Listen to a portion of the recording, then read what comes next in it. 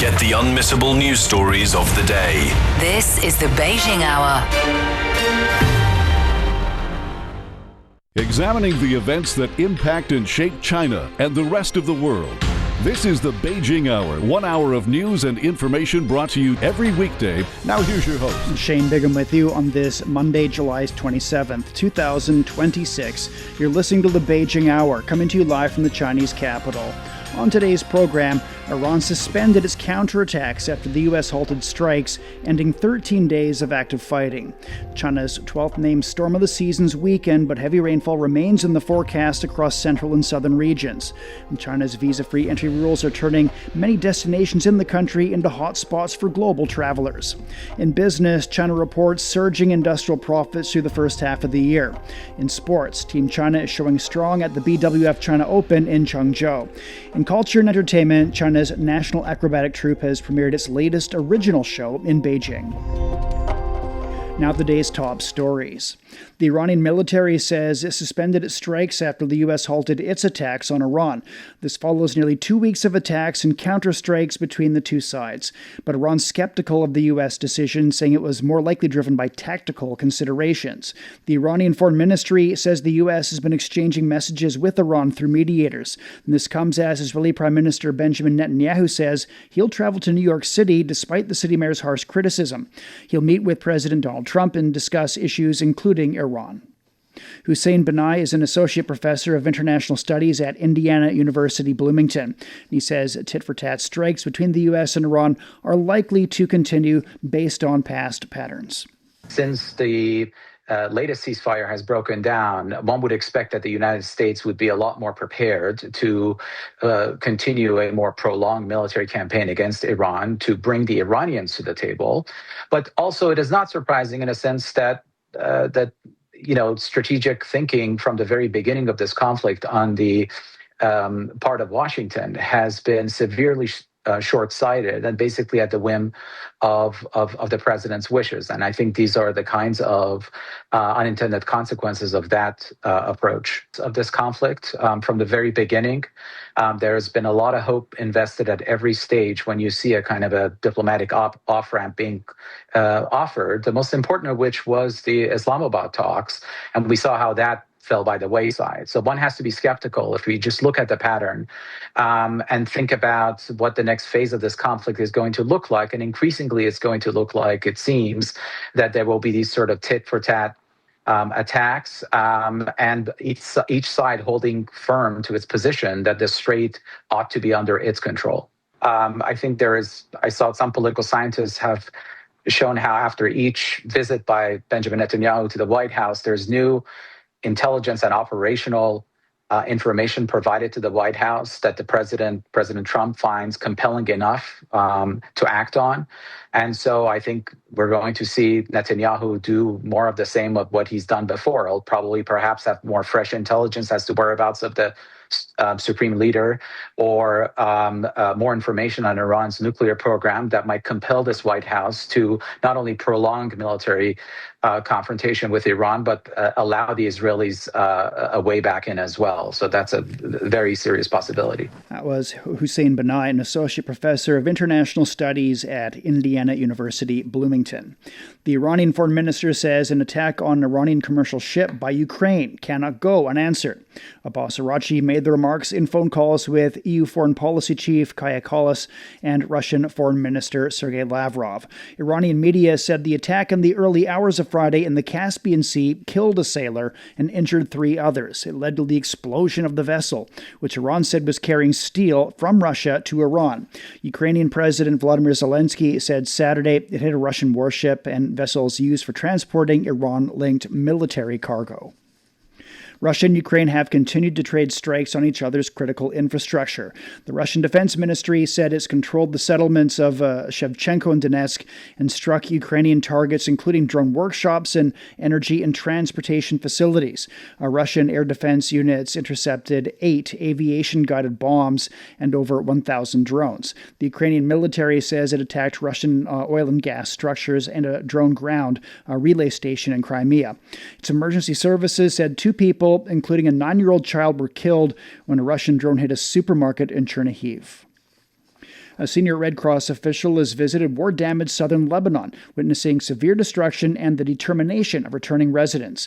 Christopher Rossi is chief of staff of the International Federation. He toured Nabatea alongside Lebanese teams. His visit follows a late June agreement between Lebanon and Israel to deploy Lebanese forces to the south, withdraw Israeli troops, and disarm Hezbollah, with pilot zones for handover now established. Rossi noted residents hope to return home despite the devastation, but warned that needs will be great for some time.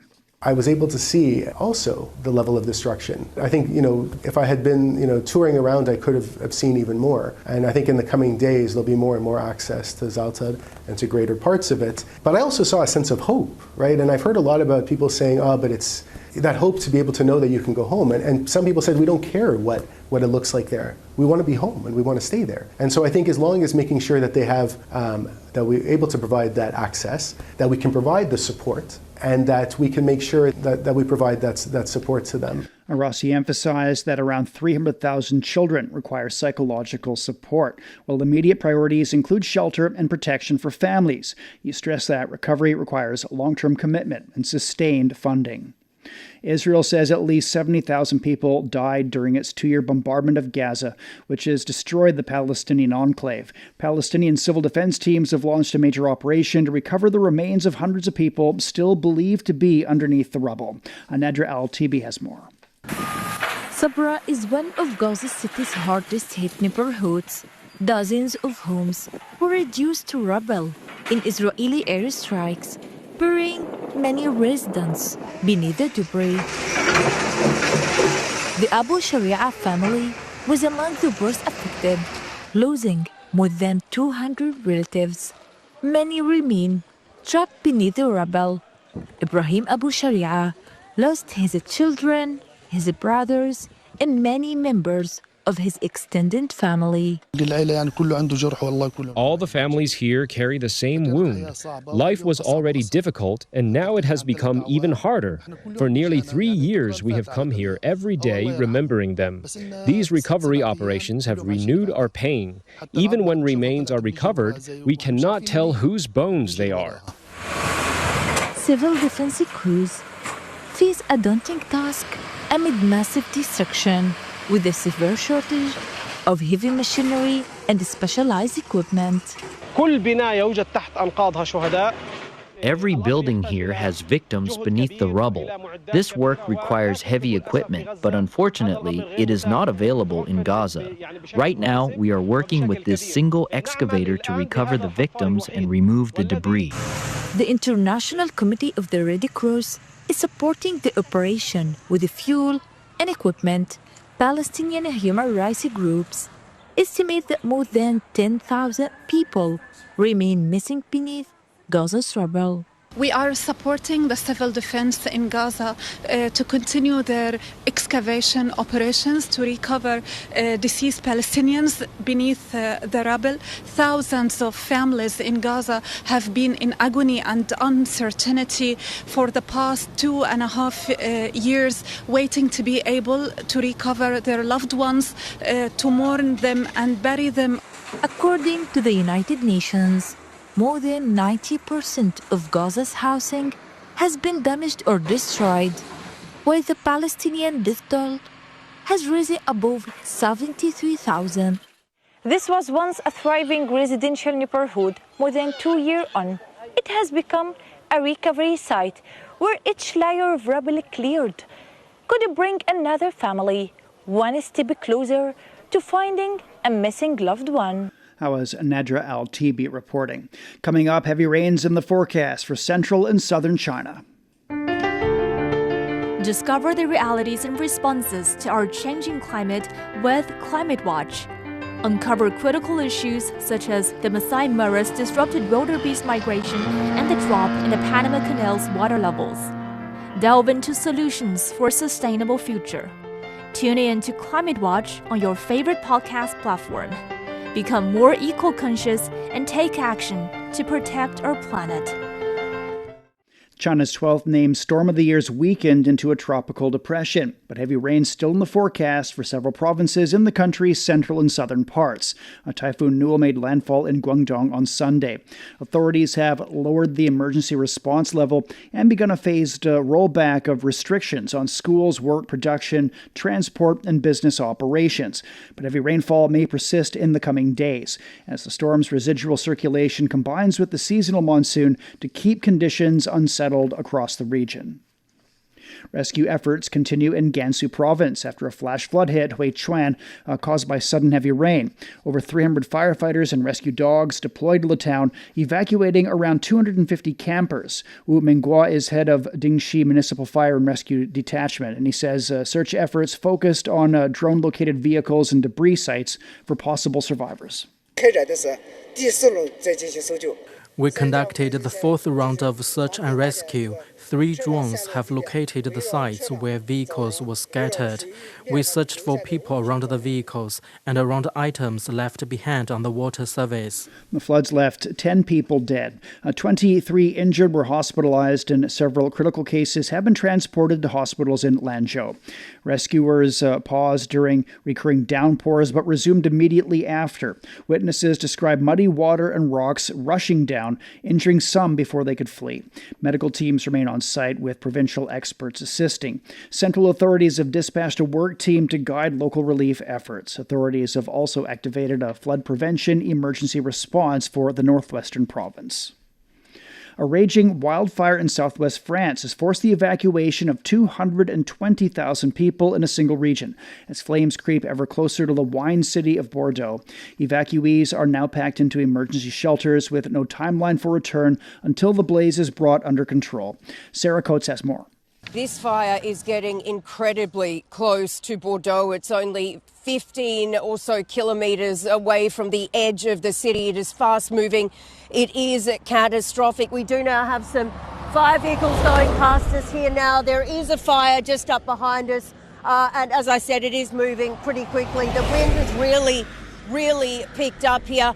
And it is just having absolutely devastating consequences. So far, there have been 3 firefighters killed, 42,000 hectares of land destroyed, 240 homes have burnt down, and there have been more than 220,000 people evacuated. Now, a lot of them have gone to a reception centre in Bordeaux for displaced people. We spoke to some of them. Here's a report we filed. This isn't the south of France seen in travel brochures. Here, at Bordeaux's exhibition centre, the crowds aren't tourists. They're families, forced from their homes with barely any warning. It was 2 a.m. I just started to fall asleep when suddenly my mobile phone went boom, boom, boom. The neighbors were panicking and getting into their cars. I quickly grabbed some things along with my parents. We hit the road and arrived here. It was completely full. It was horrible. It was hell. Every corner has been turned into a spot to rest or receive treatment. The elderly in wheelchairs, some hooked up to IV drips, while exhausted families do their best to sleep through the noise. Dogs, cats, and even rabbits. They came too because leaving them behind was never an option. Around them, volunteers serve food, set up beds and make room for whoever comes in. It's a lot of people at once. Several cities in the Bordeaux region were told to evacuate. We have enough food, water and provisions. The worry, though, is what will happen with the fire and whether we'll have even more people arriving. This is an incredibly difficult situation. There are already thousands of people here. More are coming through the doors. None of them know when they're going home or if there's anything left to return to. Chris came here with his friends and their dogs. He's been told his home is still standing. But one thing he had to leave behind can never be replaced. And I'm quite sad. My dad's ashes are still at home, and so that stresses me out. For Chris, though, the toughest part is seeing how much this is impacting his mother. She always tries to keep it up, to show no emotions, because she wants to be a mother, which is completely normal. But it's hard to see her break down because she's completely exhausted from everything. For now, these people stay here and wait for news as firefighters battle to save the communities they had to leave behind. That was Sarah Coates in Bordeaux. Authorities in Spain say the ongoing blazes have forced the evacuation of more than 75,000 people. A further 30,000 have been ordered to shelter in place. Ken Brown reports. The authorities are stopping different access to different areas because this fire is still moving, it's still active.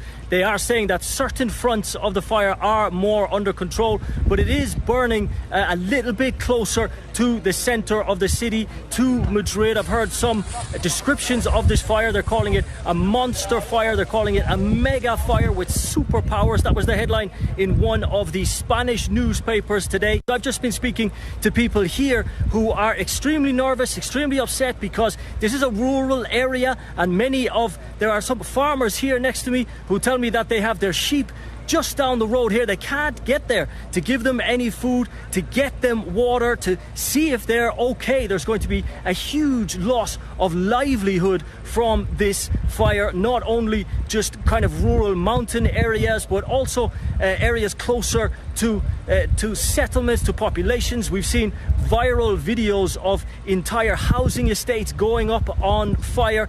4 planes have arrived from the European Union, 2 from Greece and 2 from Italy. They are in the air in Avila, on the other side of these mountains here behind me. Hundreds of firefighters, 400 was the last count I heard, but I think it's much more than that now, battling this fire as we speak. That was Ken Brown reporting. A leading European wildlife expert has warned that 6th-generation fires, the most extreme and uncontrollable category, are likely to become more common as climate change intensifies. Portuguese researcher Domingos Viegas says these fires release enormous energy, often exceeding 10 megawatts per meter, making direct attack impossible. At such intensity, they generate their own wind, even in calm weather, and become very difficult to predict or control. He cited ongoing blazes in Spain and France as examples and noted that catastrophic fires in Portugal in 2017 also qualified as 6th generation. The expert said the only viable firefighting options are flank attacks or creating fire breaks, which is why protecting and evacuating people becomes a top priority. Coming up, Chinese destinations are becoming hotspots for global travelers. You've been listening to programs from CGTN Radio. CGTN Radio. We invite you to visit us online for more audio, pictures, and in-depth reports. At radio.cgtn.com, you can access a wide range of programs and find your favorite news, talk, features, entertainment shows, and podcasts.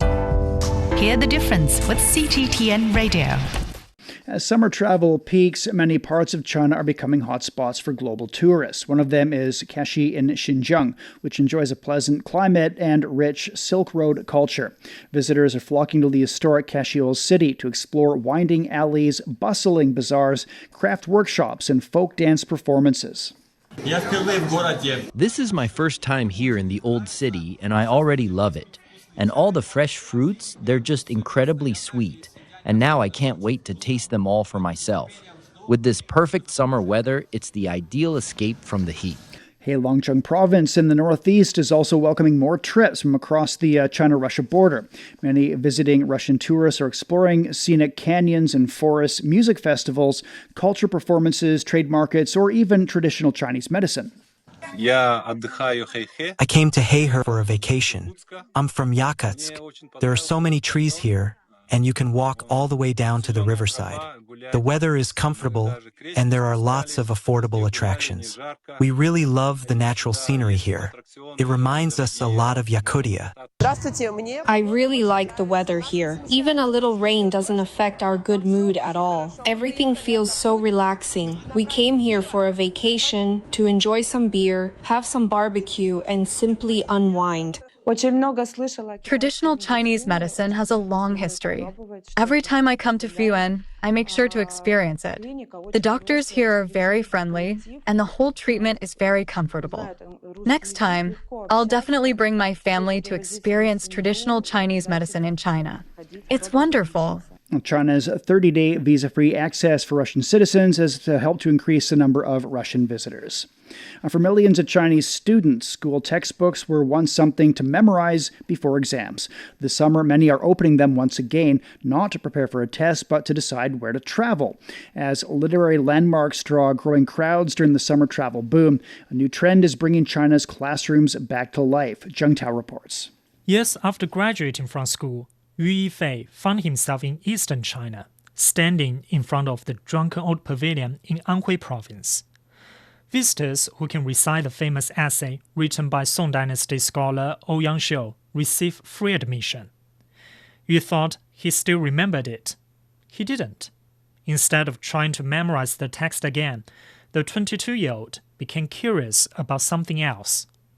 Why had the essay survived in Chinese textbooks for generations? Who was Ouyang Xiu when he wrote it? What was he trying to say? That moment changed the way Yu travels.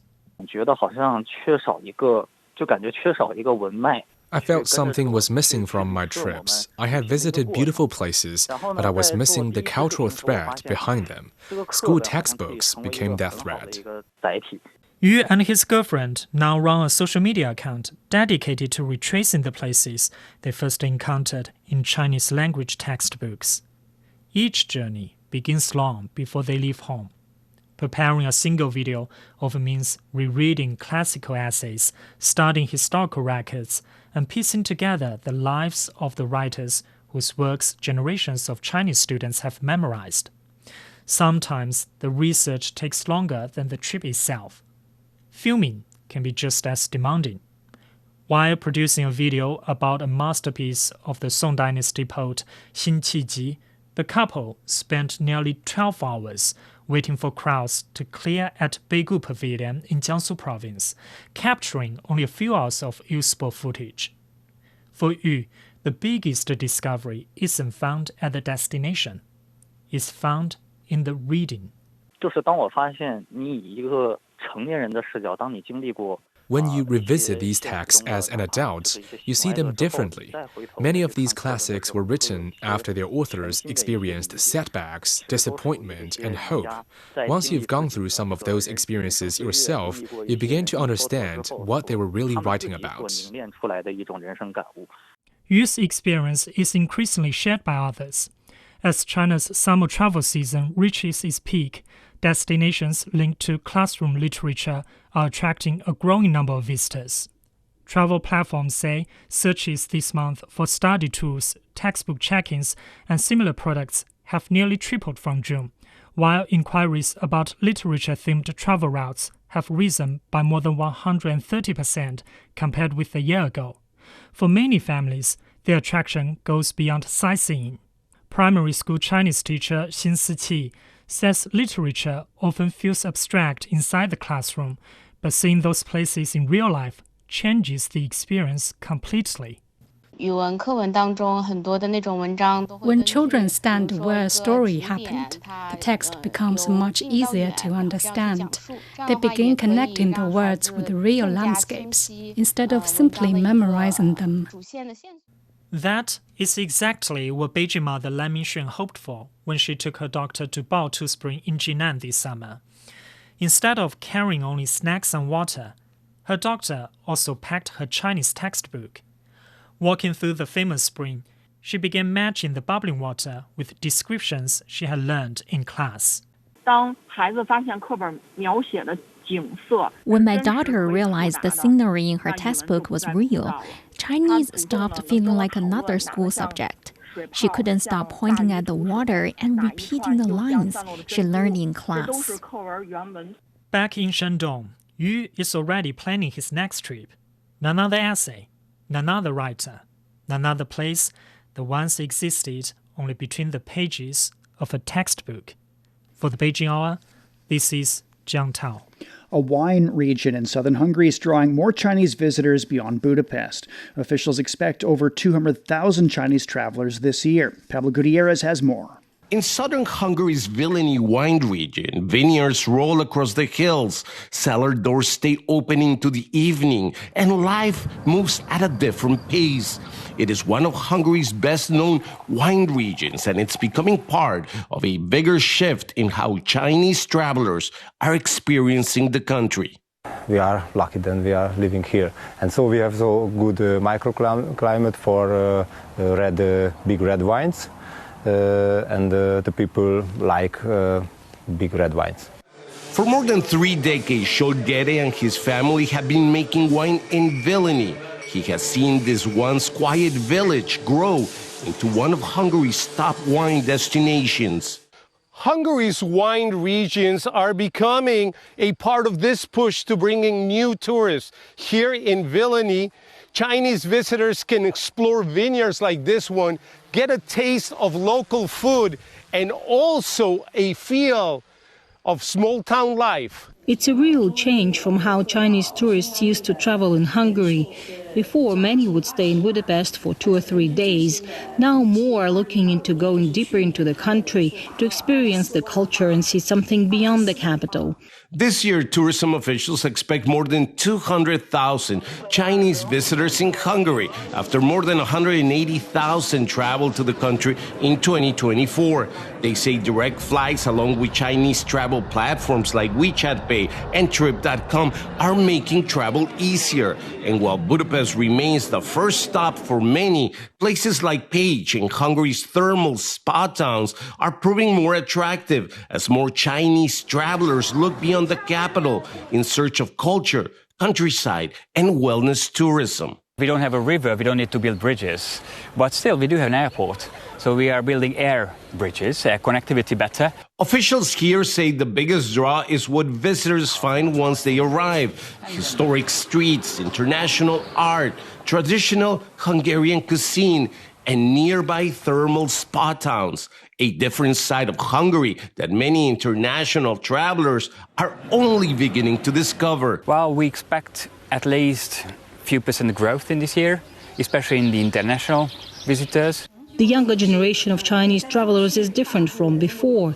They're more independent and they want to explore on their own and discover places and experiences that interest them. For Hungary, the growth in Chinese tourism is bringing more than bigger visitor numbers. It's helping spread tourism beyond Budapest, into wine country, into historic cities, and into smaller communities now welcoming travelers from farther away than ever before. That was Pablo Gutierrez reporting. Attacks by the Allied Democratic Forces in the Eastern Democratic Republic of the Congo have killed at least 32 people. Media reports say a village raid killed 25. That was followed by 7 more civilian deaths in another village. The attacks occurred in the Mombasa territory of Ituri, which is battling a major Ebola outbreak. And civil society groups are urging the government to reinforce security. Jafar El-Katante has more. There were 2 attacks of ADF in the zone of Mangina, what is between, so a zone neighboring the 2 provinces of North Kivu and Ituri, where 30-something people were killed according to the local civil society. And the record from the authorities is fewer than that because the army didn't get the access directly as people stopped them because people were so angry and blocked the road. And this is the problem in that region because ADF is in the bush and it seems that they have the knowledge of the zone more than the FRDC, and they used to leave a zone directly when FRDC attack them in one zone, then they start killing in another zone. And this is a problem which people are facing now in the limits of North Kivu and Ituri in the Mangina zone. close to Mombasa territory. That was Jafar Al-Qatanti reporting. We're at 29 past the hour. Beijing cloudy overnight, sunny tomorrow. The low's 24 and it's up to 34 on Tuesday. Shanghai will get overcast conditions through tomorrow with a low of 28 and a high of 34. Chongqing has thunder showers overnight, becoming overcast Tuesday, a low of 29 and a high of 38 degrees. Nanchang will see thunder showers right through tomorrow, with a low of 26 and a high of 31. Lhasa is getting showers tonight and tomorrow, a low of 14, the high is 26 degrees. Elsewhere in Asia, Islamabad will see a light rainfall through tomorrow with a low of 27 and a high of 36 on Tuesday. It's time for a short break. So far this hour, Iran suspended its counterattacks after the U.S. halted strikes, ending 13 days of active fighting. China's 12th named storm of the season's weakened, but heavy rainfall remains in the forecast across central and southern regions. And China's visa-free entry rules are turning many destinations in the country into hotspots for global travelers. Shane Begum with you. Stay with us here on the Beijing Hour.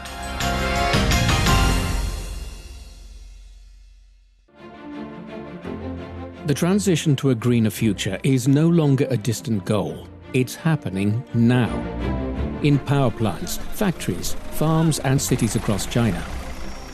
As the world grapples with climate change, energy security, and the growing demand for electricity, China is searching for new ways to cut emissions while keeping its economy moving. Across the country, our reporters visit renewable energy hubs, industrial centers, and agricultural communities to see what that transformation looks like in practice. Through first-hand stories and on-the-ground reporting, we explore the opportunities, the challenges, and the ideas shaping China's green transition. Listen to China's Green Code, Rewriting the Rules of Growth, a special series from Climate Watch, available wherever you get your podcasts.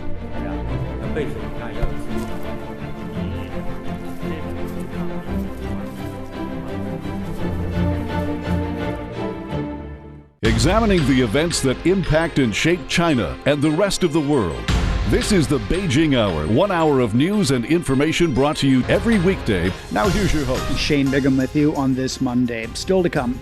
In business, China reports surging industrial profits through the first half of the year. In sports, Team China showing strong at the BWF China Open in Changzhou. In culture and entertainment, China's National Acrobatic Troupe has premiered its latest original show in Beijing. To contact us, you can email radio at cgtn.com or follow our X account at CGTN Radio. You're also welcome to subscribe to our Substack newsletter Beyond Beijing for the world's biggest stories, along with sharp insights and exclusive analysis. But first of all, a check of the day's headlines. Chinese President Xi Jinping and Brazilian President Luiz Inácio Lula da Silva have held a phone call pledging to deepen cooperation and inject more stability into a turbulent world. President Xi said China and Brazil, as key members of the Global South, should work together to improve global governance, uphold fairness and justice, and advance BRICS cooperation.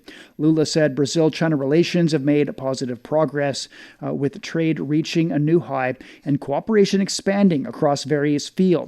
He expressed hope for deeper collaboration with China in areas including artificial intelligence, energy and minerals, and welcomed more Chinese investment in Brazil. Both leaders agreed to strengthen coordination on multilateral issues, defend multilateralism, and seek dialogue-based solutions to global challenges. A high-level meeting marking the 5th anniversary of the Global Development Initiative will convene in Beijing on Tuesday. Chinese Foreign Minister Wang Yi will attend the meeting along with senior UN officials, diplomatic envoys, experts, and scholars. They'll hold discussions on the implementation of the Chinese initiative, cooperation priorities, and the initiative's contribution to the world. China's transferred all 47 rescued Vietnamese nationals back to Vietnam after their vessel sank near Yongshu Reef in the South China Sea, completing the handover Monday afternoon. The distressed vessel was carrying 62 Vietnamese nationals when it sank on Friday. Rescuers first spotted survivors from a life raft on Saturday evening. Search efforts continue for the remaining missing people. The Sancha Maritime Safety Administration says it'll coordinate Chinese rescue forces to expand the search area and continue all efforts to locate survivors. Typhoon Nul is weakened after hitting Guangdong with force 14 winds. Cleanup and transport are now resuming. In Shanwei, firefighters cleared fallen trees and rescued 27 trapped residents from floodwaters up to 1 meter deep. In Fujian, Xiamen downgraded its typhoon alert, resumed passenger ferries, and allowed cargo ships back to port. Zhou Sheng is Deputy Director at Xiamen Maritime Safety Administration. We have shifted from defending against typhoons to guaranteeing the safety of work and production resumption on waterways, prioritizing the smooth flow of passengers and key essential goods. At the same time, we have strengthened the maintenance of navigation order on waterways to avoid risks such as waterway congestion and collisions between merchant and fishing vessels, as a large number of ships may depart port around the same time. Guangzhou South Railway Station has restarted train services, and the Hong Kong-Zhuhai-Macau Bridge has reopened to traffic. China is set to improve legal frameworks regarding education and adult guardianship for people with disabilities over the next 5 years. The country has issued a plan for the protection and development of persons with disabilities from this year, 2030. It will also revise the law on the protection of disabled persons and support local legislation to implement the law on building a barrier-free living environment.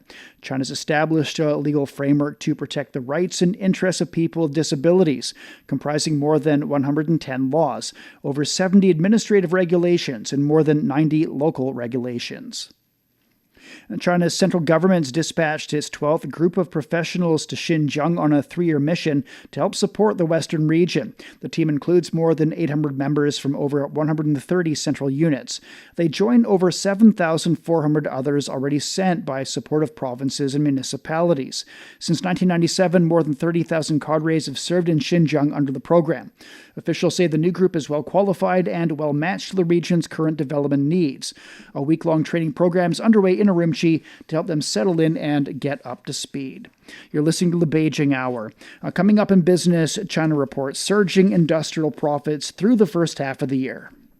The Beijing Hour, your window on China and the rest of the world. And stock markets on the Chinese mainland closed higher on Monday. The Shanghai Composite was up nearly 1.2%. The Shenzhen Component gained over 2.7%.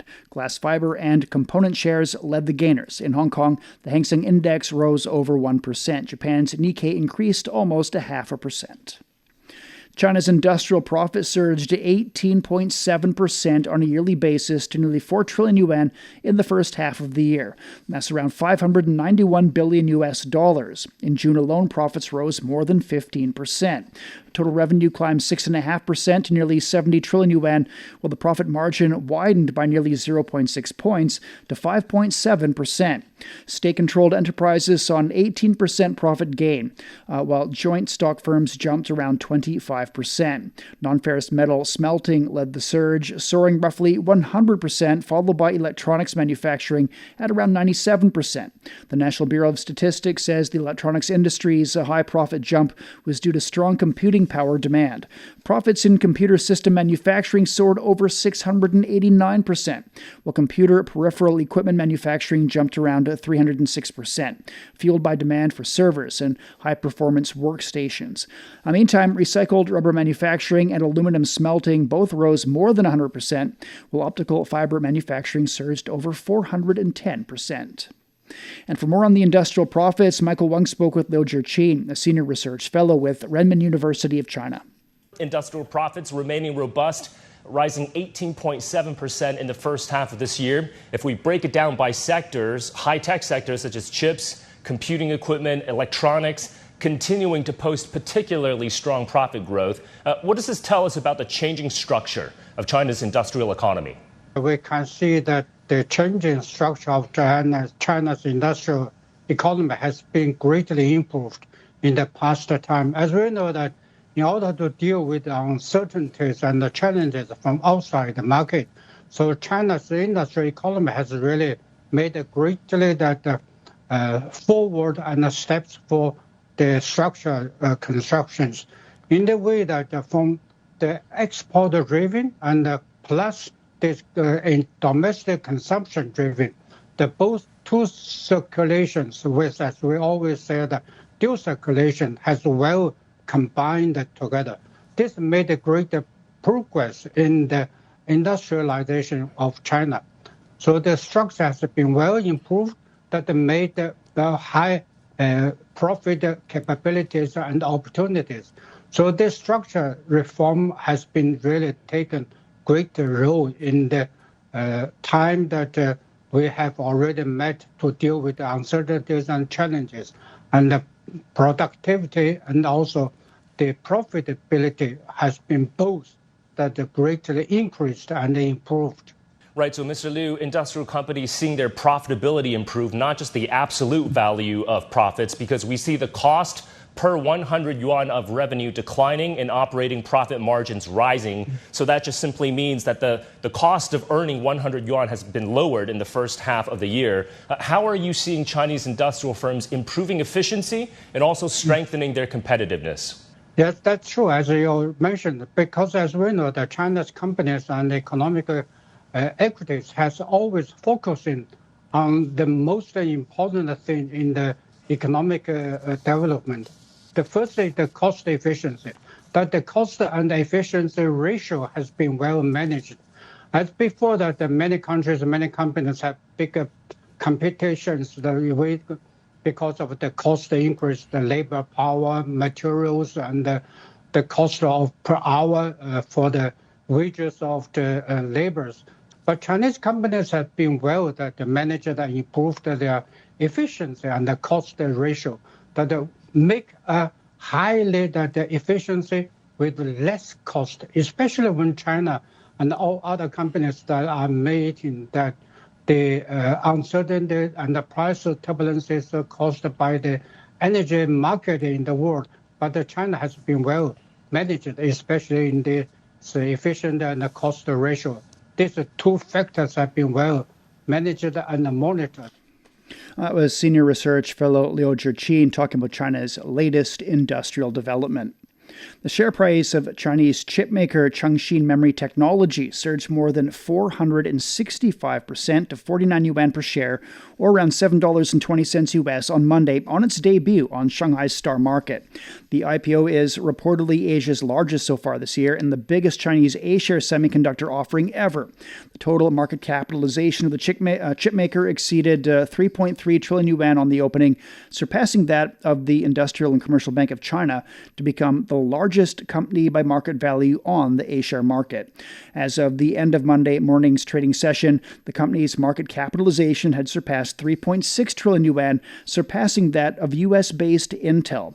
Its half-day turnover reached more than 122 billion yuan, making it the first stock in A-share history to see its single-day trading volume exceed 100 billion yuan. CXMT is currently China's largest memory chip producer and the world's fourth largest DRAM supplier, behind SK Hynix, Samsung Electronics, and Micron. China's robots are increasingly finding buyers overseas. In the first half of the year, the country's industrial robot exports rose nearly 19% to around $930 million US. Chinese-made industrial robots now sell in 141 countries and regions. Huang Fei finds out why more overseas customers are choosing them. Chinese-made industrial robots are becoming an increasingly common sight in factories around the world. Manufacturers are running around the clock to keep up with demand. From welding and sorting to heavy lifting, Chinese robots are taking on a growing range of industrial tasks. So what's driving their popularity? Price is one factor. By producing key components in-house, manufacturers say they're able to cut costs while maintaining performance and reliability. Since all core components, including motors and drives, are developed in-house, our collaborative robots are 30 to 40% cheaper. Demand is rising across Europe, North America, and Southeast Asia. But price alone doesn't explain the boom. Chinese companies are exporting complete automation solutions, from hardware and software to system integration. Years of experience in applying robotics across 70-plus industries have become an export of their own. And the service doesn't stop after delivery. Since January, our export orders have increased by more than 30%. With our after-sales team based in Southeast Asia, we can respond quickly to our customers' needs. And demand could be set to grow even faster. For the first time, bionic robots and cleaning robots have been given their own customs codes. a sign that these rapidly expanding categories are entering the global mainstream. At the same time, manufacturers worldwide are shifting towards smaller production runs, greater product variety, and smarter manufacturing. That's driving the demand for intelligent and adaptable robots, and many see humanoids as the next step. It may look like robot fight night, but think of it as a job interview. These robots can keep their balance, recover from falls, and keep operating even after taking a huge hit. Those are exactly the kinds of capabilities manufacturers are looking for, and many are already being tested in Chinese factories. AI and embodied intelligence will allow robots to be deployed in many more real-world scenarios. There are still challenges ahead, from advanced chips and high-end sensors to building stronger global service networks. The race is far from over, but China has already built a strong head start. That was Wang Fei reporting. China's first multifunctional long-endurance unmanned aerial vehicle has completed its maiden flight in eastern China. The TP-200 maintains stable and controllable attitude during the flight test in Yantai, with climb altitude, cruising speed, and other performance metrics all meeting design targets. The drone boasts a maximum endurance of over 24 hours when fully loaded. It features a modular multi-configuration design that allows flexible adaptation to various mission payloads. It can quickly switch operational modes, effectively solving industry-wide issues such as low equipment reuse rates, poor versatility, and high procurement and maintenance costs. The TP-200's application scenarios include long-range maritime patrol, offshore search and rescue, and disaster relief operations. You're listening to the Beijing Hour. Coming up in sports, Team China is showing strong at the BWF China Open in Changzhou. Sideline Story brings you all things sports related. The hottest topics, latest events, juiciest stories, all with a very personal take. Subscribe to Sideline Story Podcast for heated sports discussions covering events that are happening in China and around the world. 46 past now and turning to sports. Here's Yang Guang. Thank you, Shane. Starting with badminton, top seeds Liu Xingxu and Tan Ning have successfully defended their women's doubles title at the BWF China Open in Changzhou. The Chinese world number one pair defeated Japan's Yuki Fukushima and Mayu Matsumoto in straight games to claim their second straight China Open crown and their third Super 1000 title of the season. After battling injuries over the past 2 years, Liu and Tan adjusted their tactics, with Tan focusing more on the front court to manage her workload.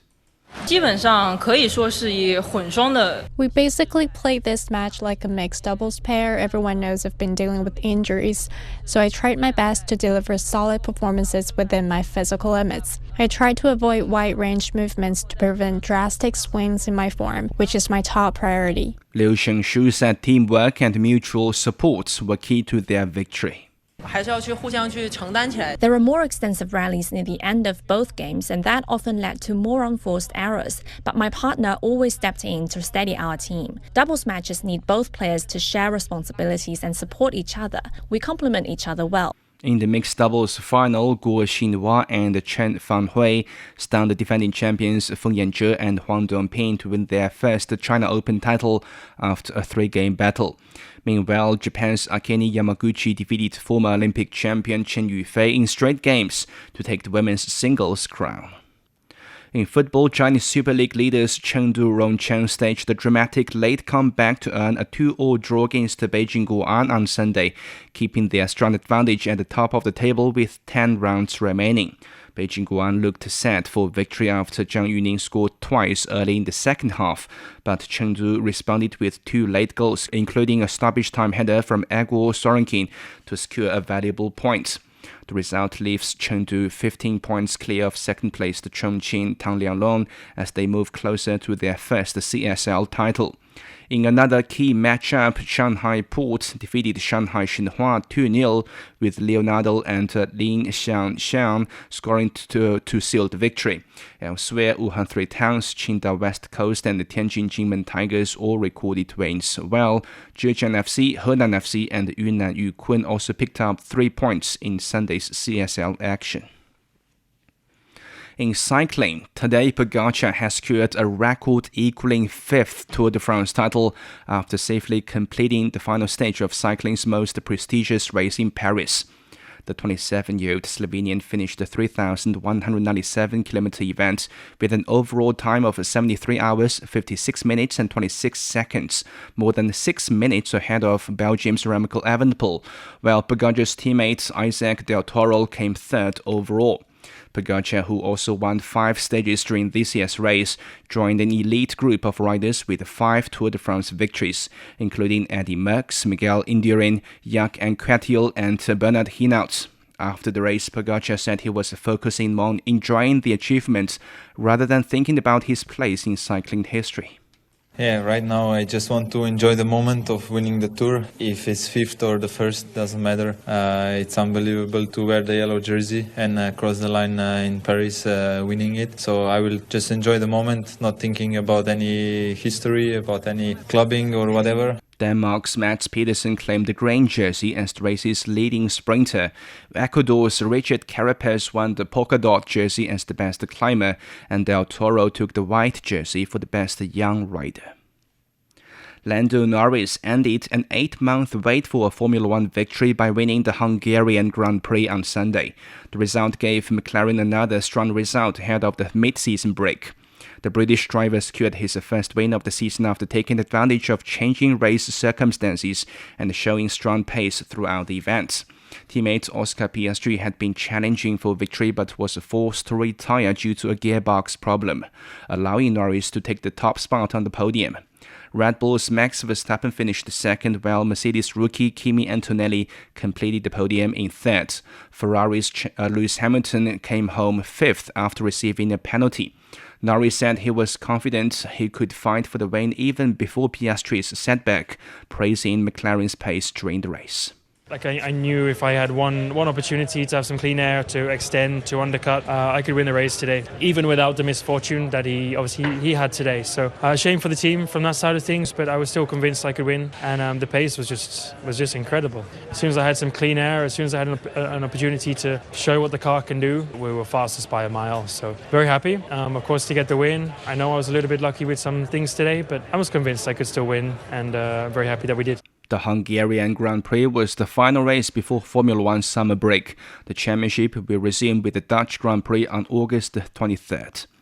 And finally, Turkey has won its second Women's Volleyball Nations League title after completing a comeback victory over Brazil on Sunday.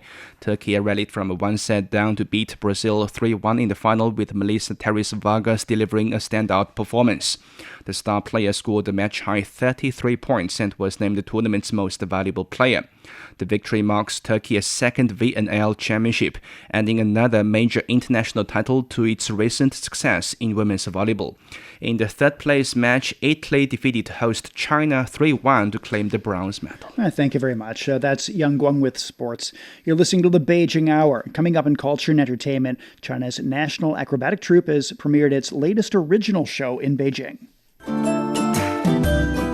From north to south, east to west, people in China are chasing their dreams and leaving their mark. Want to know how they beat the odds and made a difference? Footprints brings you the true life stories of their journeys. Turning to culture and entertainment, the China National Acrobatic Troupe has premiered its latest original show at Beijing Shougang Park, blending acrobatics, traditional Chinese culture, and the legacy of the 2022 Winter Olympics. The performance takes place in a mobile theater built next to the iconic Big Air ski jump facility, combining the industrial heritage of the former steel mill with modern stage technology. Featuring high-difficulty acrobatic skills, contemporary music, and immersive lighting effects, the show also incorporates elements of Peking opera, offering audiences a unique cultural experience. The premiere is part of Beijing's efforts to promote diverse cultural performances across the city this summer. The theater at Shougang Park will continue to host acrobatic shows and children's plays through late October.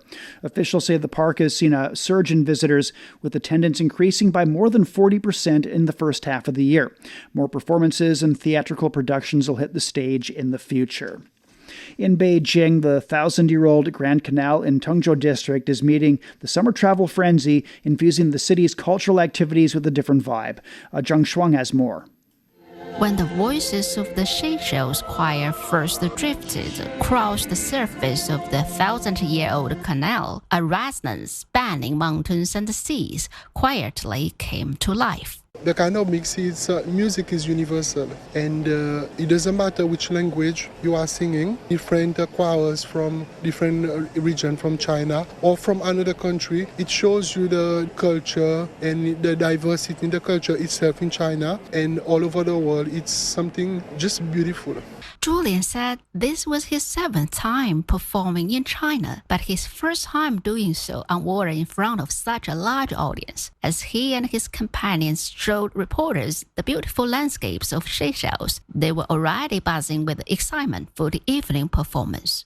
I expect it to be a very emotional moment, and I expect everybody will unify. We will be in harmony, everybody in harmony together, and let this resonate all over Beijing, all over China, all over the world. With friendship and love, that's the most important part out of it. Getting to know new friends and all that. This event brought together professional choirs from Seychelles, Bulgaria, Russia, and alongside top domestic vocal ensembles. With 275 professional singers and 640 community choir members performing side by side, music served as a bridge for cross-cultural dialogue. This harmonious night saw noise, water, and laughter interwoven, with culture as a thread, creating a new summer retreat destination. That was Zhang Shuang reporting. The Jackie Chan stunt team is taking center stage at the latest Spider-Man film, with lead actor Tom Holland praising the Chinese action specialist for bringing the movie's fight scenes to life. Holland and co-star Zendaya attended a fan event and premiere screening of Spider-Man: Brand New Day in Shanghai ahead of the film's release in Chinese cinemas. The latest installment follows Peter Parker as he continues to protect New York City while living in anonymity after being forgotten by the world. Holland credited the Jackie Chan stunt team for raising the bar on the film's action sequences. We had a wonderful stunt team who came from China to the UK to train me up and to bring these fight scenes to life. And I think when you get to sit through the entire movie, you will see a level of action that we have never seen before in any of these movies. Spider-Man: Brand New Day opens in Chinese theaters on Wednesday, 2 days ahead of its North American release. Public broadcaster NHK reports that renowned Japanese novelist Keigo Higashino has died at the age of 68. Higashino was one of Japan's most celebrated contemporary mystery writers, known for his intricate plots and deeply developed characters. At 57 past the hour. Beijing, cloudy overnight, sunshine tomorrow. The low's 24, and it's up to 34 on Tuesday. Shanghai will see overcast skies through tomorrow with a low of 28 and a high of 34. Chongqing is getting thunder showers tonight, easing to overcast tomorrow, a low of 29 and a high of 38. Nanchang will get thunder showers overnight and through tomorrow, a low of 26 and a high of 31 degrees. Laos is getting showers overnight and through tomorrow, a low of 14, a high of 26 degrees Celsius. And that's it for this edition of the Beijing Hour. Making news today, Iran has suspended its counterattacks after the U.S. halted its strikes, ending 13 days of active fighting. And China's 12th named storm of the season's weakened, but heavy rainfall remains in the forecast across central and southern regions of the country. On behalf of the staff, this is Shane Bigham in the Chinese capital, hoping you'll join us for the next edition of the Beijing Hour and open a window to the world together.